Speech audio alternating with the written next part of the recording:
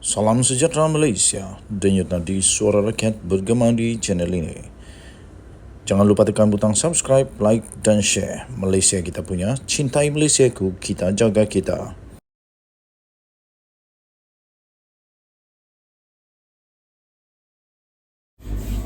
Salam sejahtera Malaysia, denyut nadi suara rakyat bergema di channel ini. Nampaknya ada berita yang sungguh mengejutkan. Mahathir masih belum berputus asa rupanya. Proklamasi Melayu cuba selit 17 nama untuk bertanding PRN atas tiket PN. Wow. Yang hairannya, kenapa PN nak serahkan 17 tempat di atas orang yang tak ada parti, kan? Kalau saya tak bagilah. Pertama, kedua, sah kah boleh menang? Kalau dulu dah kalah teruk, takkan nak bagi peluang kedua. Bolehlah bagi peluang kedua, tapi kalau kalah, sia-sia 17 kerusi. Malam ini akan berlangsung majlis pengumuman calon-calon PN yang akan bertanding di Selangor. Majlis akan berlangsung di Taman Medan dan akan dihadiri oleh pemimpin utama parti-parti yang bergabung dalam PN. Ini adalah majlis pengumuman calon yang pertama diadakan oleh PN dan bagi setiap negeri lain yang juga berlangsungnya PRN. Majlis berbeza akan diadakan di tempat masing-masing pada waktu lain selepas ini.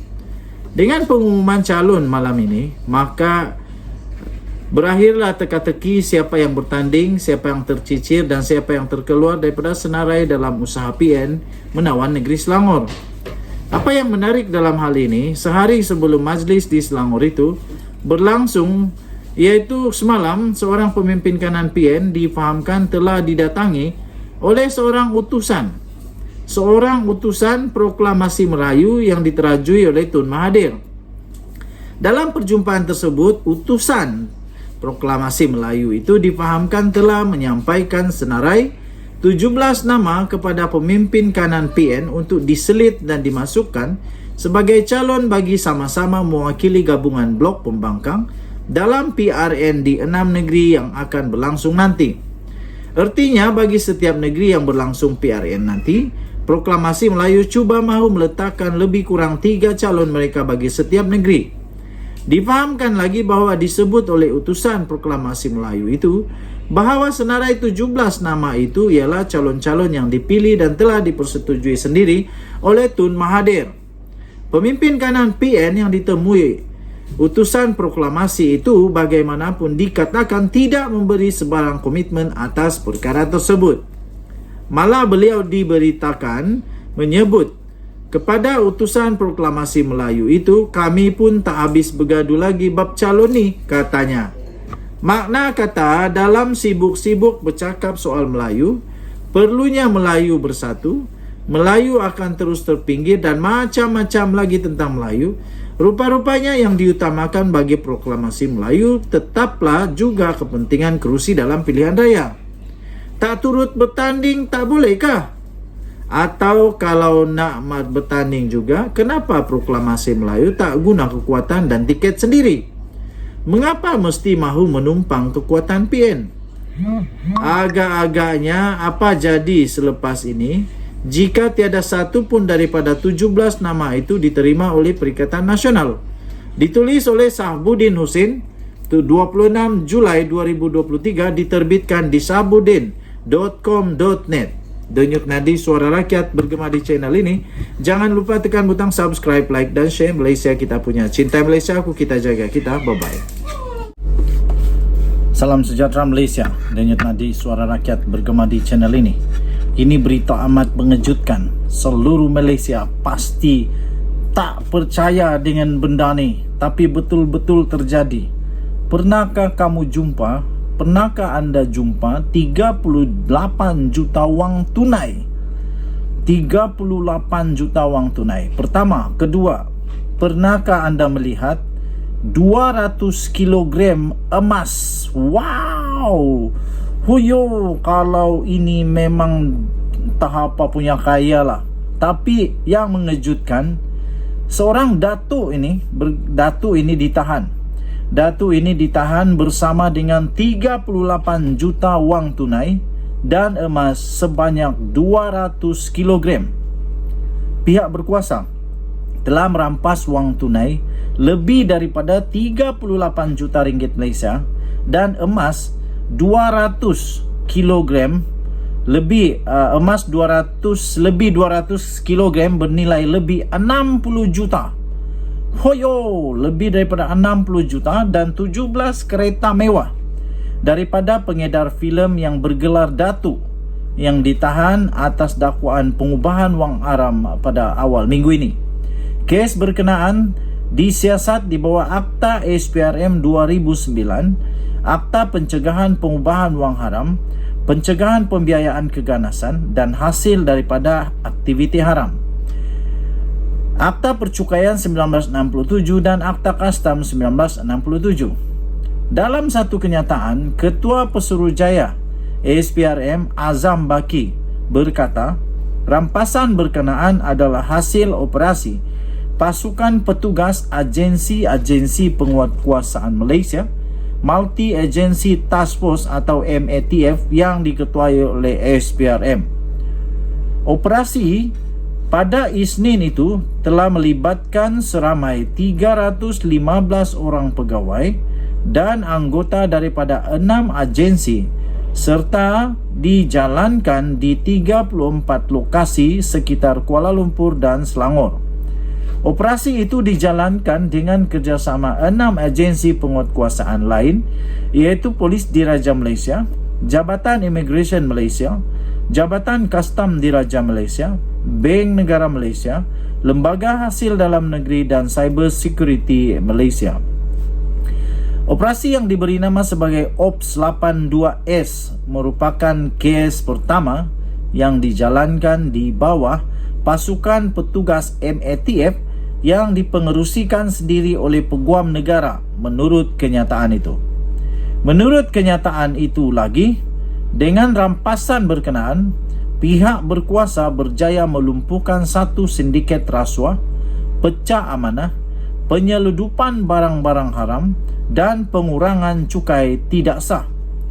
Antara jenama kereta mewah yang dirampas ketika serbuan termasuklah Maserati, Ferrari dan Mercedes-Benz. Suspek dibebaskan selepas reman tamat. Malaysia Kini semalam melaporkan SPRM telah menahan 2 orang ahli perniagaan terkenal dalam pengedaran filem dari India dan membawa masuk artis dari negara itu untuk membuat persembahan di Malaysia. Turut ditahan ialah ahli perniagaan dan ahli politik yang rapat dengan Bersatu yang sebelum ini mengumumkan hasrat untuk bertanding kerusi DUN di Negeri Sembilan pada pilihan raya negeri akan datang. FMT mengenal pasti salah seorang ahli perniagaan berkenaan sebagai Abdul Malik Dastiger, pengasas dan pengerusi Malik Group of Companies yang terdiri daripada Malik Streams Corporation Sdn Bhd, Malik Maju Sdn Bhd, Malik Streams Antenna Movies Sdn Bhd dan Malik Stream Production and Distribution.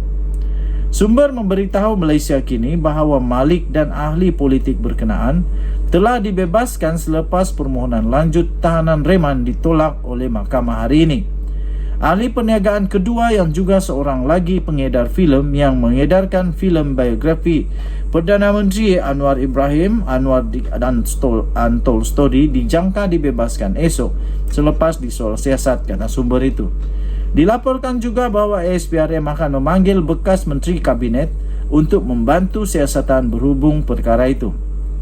Sumber itu memberitahu Malaysia Kini bahawa agensi itu masih belum memanggil menteri berkenaan untuk disoal siasat.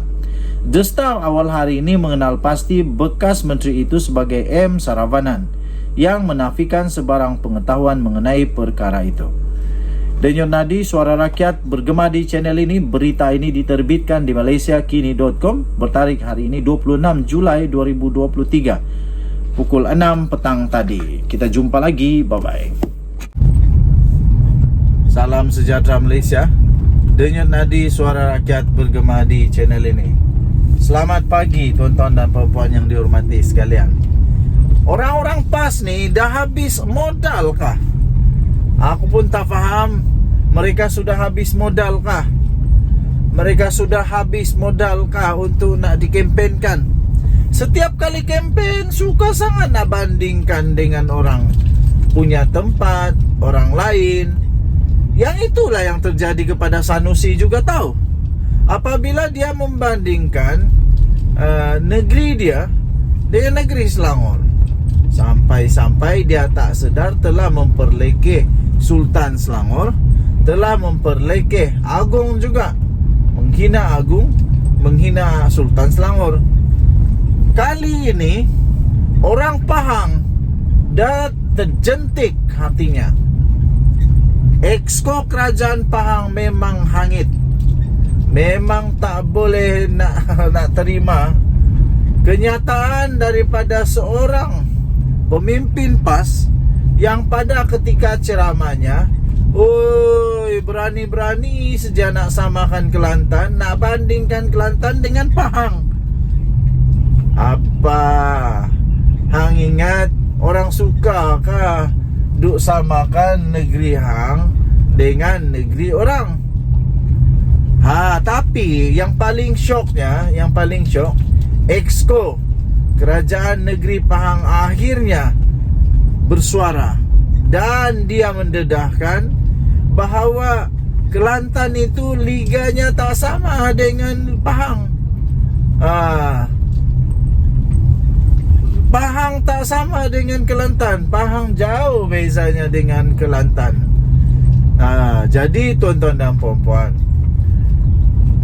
orang-orang PAS, cubalah untuk bertaubat. Jangan pandai-pandai untuk kasih banding-banding negeri kamu dengan negeri orang. Kalau negeri kamu tak maju, itu kamu punya pasal lah. Kenapa mau samakan dengan negeri orang? Ini belum negeri 9 bersuara lagi. Adakah bos PAS itu, Patutkah orang bos PAS ini samakan Kelantan dengan negeri 9 dan Pahang? Cuba orang negeri 9 dan orang Pahang, kamu setujukah kamu disamakan dengan Kelantan? Aku dah pergi negeri 9 tahu. Dah banyak kali saya pergi negeri 9, jalan-jalan kat negeri 9. Kelantan pun saya dah pergi juga. Saya fikir, walaupun saya bukan orang Kelantan, walaupun saya bukan orang Pahang, saya fikir saya boleh membuat keputusan segera. Adakah perbezaan di antara Kelantan dan Pahang? Apa perbezaannya? Banyak, banyak. Banyak perbezaan. Jadi Exco Negeri Pahang kata, kita bukan satu liga tau. Jadi apa nih, Exco Kerajaan Negeri Pahang itu turut juga kerana dah hangit. Memanglah siapa tak hangit kalau dibandingkan dengan negeri yang salah. Lepas tu dia kata begini, dia bagi pula bukti-bukti kukuh yang menunjukkan bahawa pemimpin PAS ini dah bengong. Dah tak erti nak berucap, dah kehabisan modal nak berkempen, sehingga dia dah tak tahu nak kempen apa. Kempennya hanya tinggal satu, banding-banding dengan negeri lain. Lebih baiklah kau kasih maju negeri kau daripada kau pergi kasih banding dengan negeri orang lain. Jangan pula lepas ni dibanding pun pula dengan negeri yang lain. Aku fikir ramai orang tak setuju dengan perkara ini. Kita jumpa lagi. Bye-bye.